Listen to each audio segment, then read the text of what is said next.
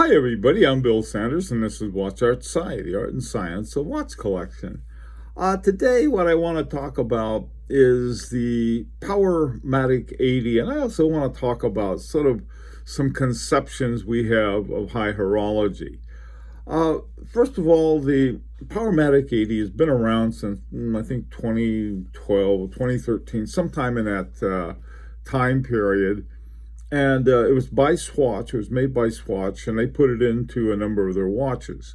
Now, it's called, if you look up the data on it, it's called the ETA CO 7.111.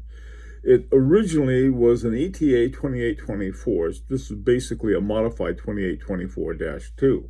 Now, one of the things they did is that they lowered the frequency from 4 down to 3 hertz, which is 21,600 vibrations, semi-oscillations per hour. So that's different. Okay, so you have, and then one of the reasons they brought in the lower hertz is so it could run 80 hours.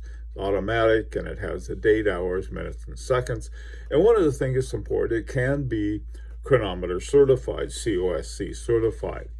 It has a free sprung balance instead of a curb regulator, and it has the adjustment weights. This is sort of interesting. It's got an adjustment weight that slides in and back and forth on a spoke. You may be able to see it in that picture there. Now, the watches, they have it more than Tissot, and actually in Tissot there are a number of models with the Powermatic 80, and I'm going to talk about two. The first one is a sports watch called the Sea Star, and it's not, this particular one is not COSC certified, but otherwise it has all of the other features that we talked about. The MSRP is $695, and I found the street price down to $495. Could be better than that, and this is for a new price. That's the one with the rubber strap. With a metal bracelet, it's $725, and the street price $595. So what we're talking about these watches with the Powermatic 80, not only below 1,000, but below, well, we'll say the street price are below 500. All right. Now another model is called the Tissot Ballard Powermatic 80 COSC. Now what these are COSC certified, so they can put the word chronometer on the dial. On both of these you can see, or maybe you can't, but take my word for it, that little bitty there, it says chronometer. The MSRP is $925. The street price, I found it, is down to $610. You could probably find lower. That's in the leather gator strap.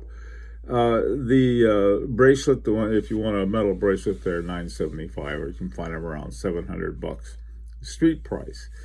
All right, so what's the big deal about these? Well, I've been thinking a lot about sort of like, we have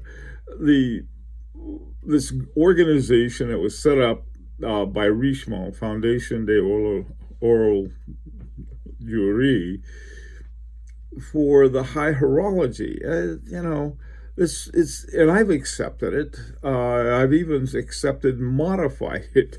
But the criteria, that's sort of like your mother dressing you, saying, yeah, this is what you should wear and this is what you should do. And at some point you say, I want to have your own style. I want my own style, so to speak. So this is sort of what I'm sort of beginning to ask. What should we really look for that would be a collector's high horology? And I think that lower frequency is not a bad one, because we found that all of the top watchmakers use lower frequency. F.P. Journe, Carrie Vouten-Lannen, Philippe Dufour, Roger Smith, H. Moser at sea, all of these who are known for their super high quality watches have a lower frequency. They also have, now not all of them, but a lot of them have the free sprung balance. Now, why the free sprung balance with the adjustment weights? Well, George Daniels in his book Watchmaking says, look, you can get a finer adjustment. That it would be High Horology more so than whether the finishing is nice or not. And finally, COSC, certified, so you have a certified chronometer. Anyway, so this is one that looked like what I'll call a collector affordable.